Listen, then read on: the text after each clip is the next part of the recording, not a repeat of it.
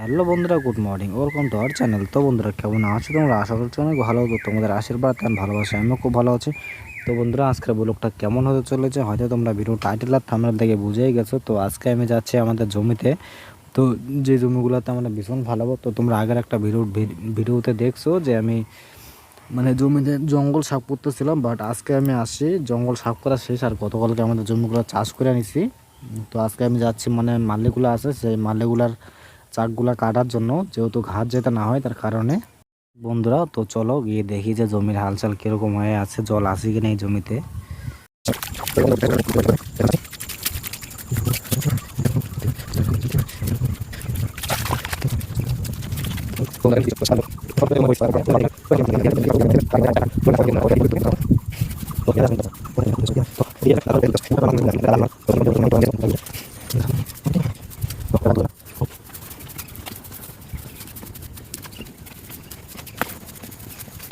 তো guys, finally আমি চলে আসলাম জমিতে। আর জমিতে এসে দিয়ে জল কিন্তু কত একটা নাই, তো জল আছে হালকা হালকা। তো গতকালকে রাত্রে কিন্তু বৃষ্টি হয়েছে প্রচণ্ড পরিমাণে, তবুও জল মানে আটকায় নাই, কারণ সব জল বের হয়ে গেছে। কেননা যদি মারলি যদি আমি মানে বাঁধতাম ভালোভাবে তাহলে তো জলটা যাইতো না, যেহেতু আমি মারলি কোনো বান্ধি নেই, মানে ড্রেন খোলা ছিল, তার কারণে সব জল বের হয়ে গেছে। তো আজকে আমি কোদাল নিয়ে চলে আসছি। তো মারলিগুলো ভালোভাবে বাঁধবো আর মারলি চাকগুলো সবগুলোই কাটতে হবে, না হলে জমিতে প্রচণ্ড পরিমাণে ঘাস হয়ে যাবে। যেহেতু আমরা বিছন ফালাবো এই ক্ষেতের মধ্যে, আর বিছন ক্ষেতে ঘাস হলে কিন্তু খুবই প্রবলেম হয়ে যায়। তো বন্ধুরা, দেখতেই পাচ্ছ আমি এখন কিন্তু মালিটা ভালোভাবে আটকাচ্ছি, কারণ জল যাতে বের হইতে না পারে কিছুতেই।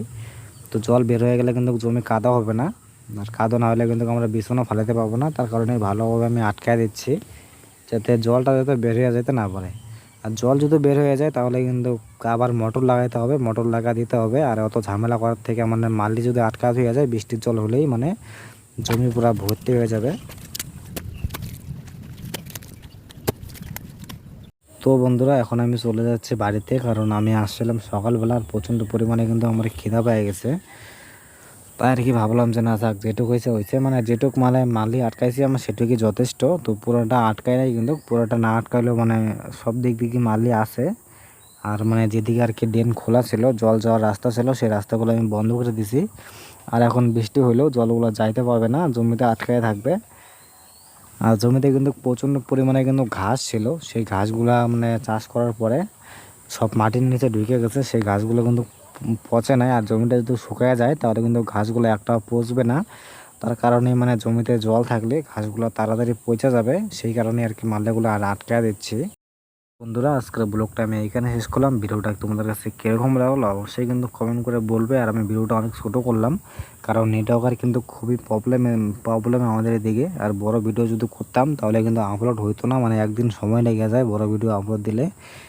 তার কারণে মানে ভিডিওগুলো আমি ছোটো ছোটোই করি, আর ছোটো ছোটো ভিডিও আপলোড দিই। ছোটো ভিডিও আপলোড দিতে কিন্তু 2-3 ঘন্টার মতন সময় লাগে। তো কিছু করার নাই গাইস, এইভাবে দিতে হবে।